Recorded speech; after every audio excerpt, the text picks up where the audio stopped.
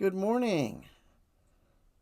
It's good to be back. We had a great vacation. I've got a few pictures from our time away to show you here. All the ones I've got this morning are from Maine. Beautiful state, and got to hang out with the kids. Um, the one with the lighthouse was from our puffin tour that we did. Got on this boat that held 25 of us. Uh, Went out really to the edge of the Atlantic Ocean and out near this lighthouse and saw the puffin, and they're fast little things. They're not so little either, probably about the size of, I would say, a blue jay, a big blue jay, and they could fly 45 miles an hour over the water. They were ripping. Um, we also went into Acadia National Park. That's the one with the sky and the sea and the land.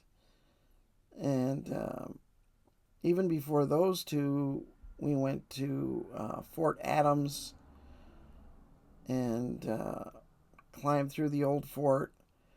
And I got a picture of the girls in near one of the cannons. So had a great time. Maybe we'll see some more pictures as time goes by, but um, it's a great gift for us to be able to go on vacation. Sure appreciate our churches for uh, being supportive of that. Uh, this morning, we're going to get into another great gift, maybe even a better one. the gift of the Holy Spirit that God promised. We're looking in Acts chapter 2, verses 1 through 4. It's been a bit.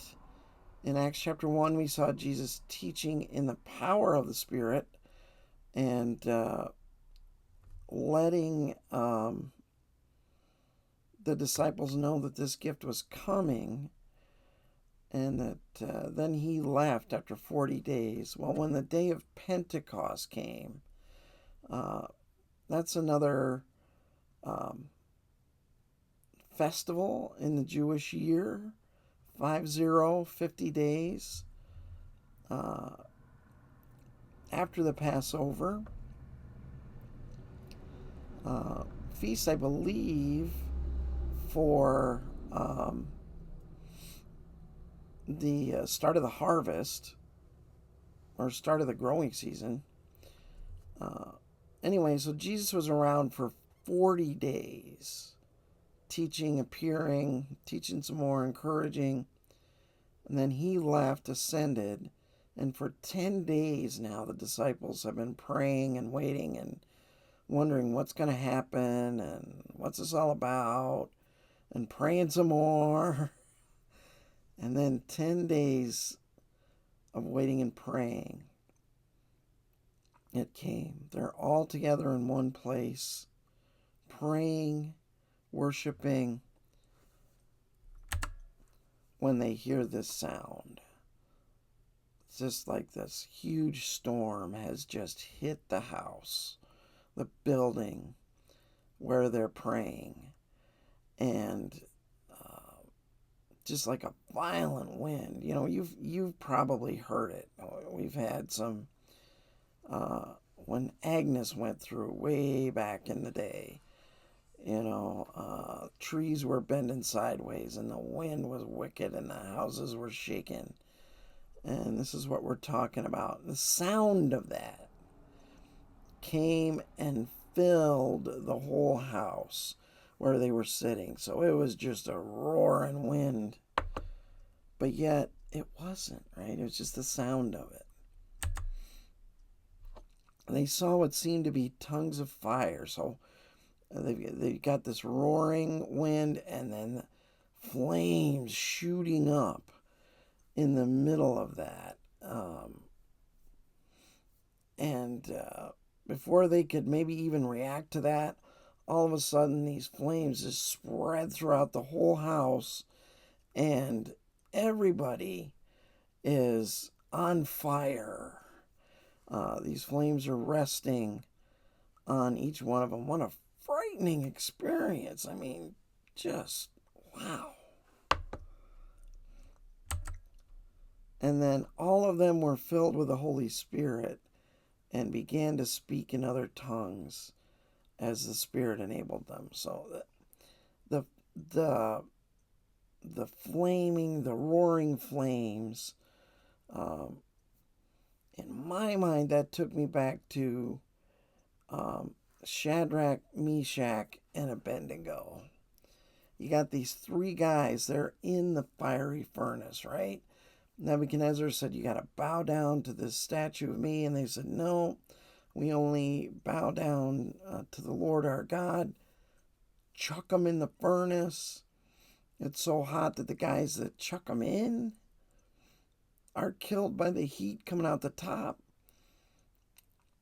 And then you've got these three guys just walking around in the middle of this roaring, flaming furnace that's made three times hotter than it ever has been. You've been around a fire that's just been roaring with all the energy going in there. I think that this coming of the Holy Spirit, and there's a lot of symbolism there, but to me, the symbolism that stands out is God saying, "Hey, you guys, you Christians are going to stand for me like Shadrach, Meshach, and Abednego. And whatever's coming, my Holy Spirit can handle it. And you are going to be right in the middle of it, just like those guys in the fiery furnace. Only this is my power that's accomplishing this. This is my direction that's making it happen.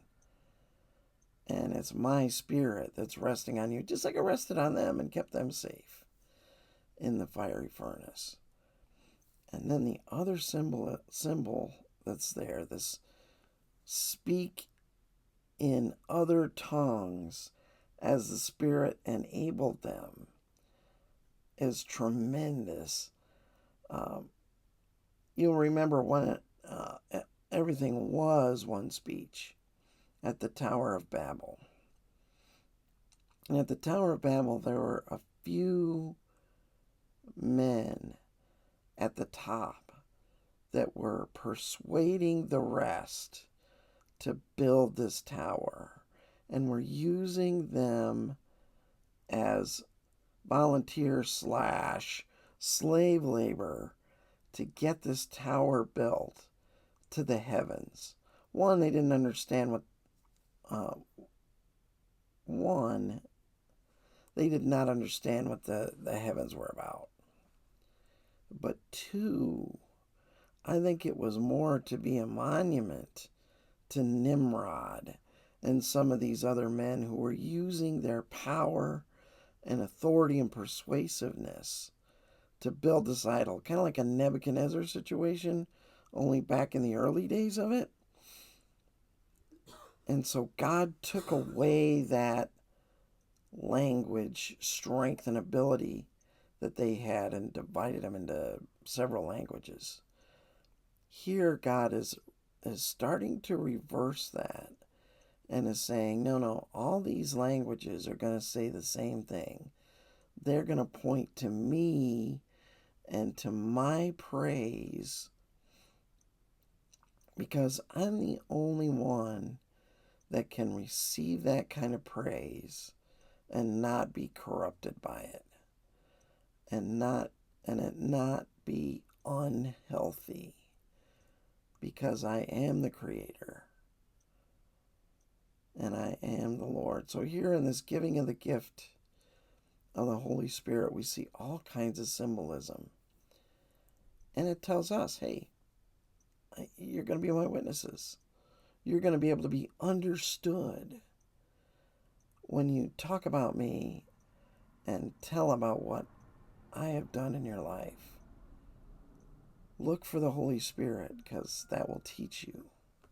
He will teach you.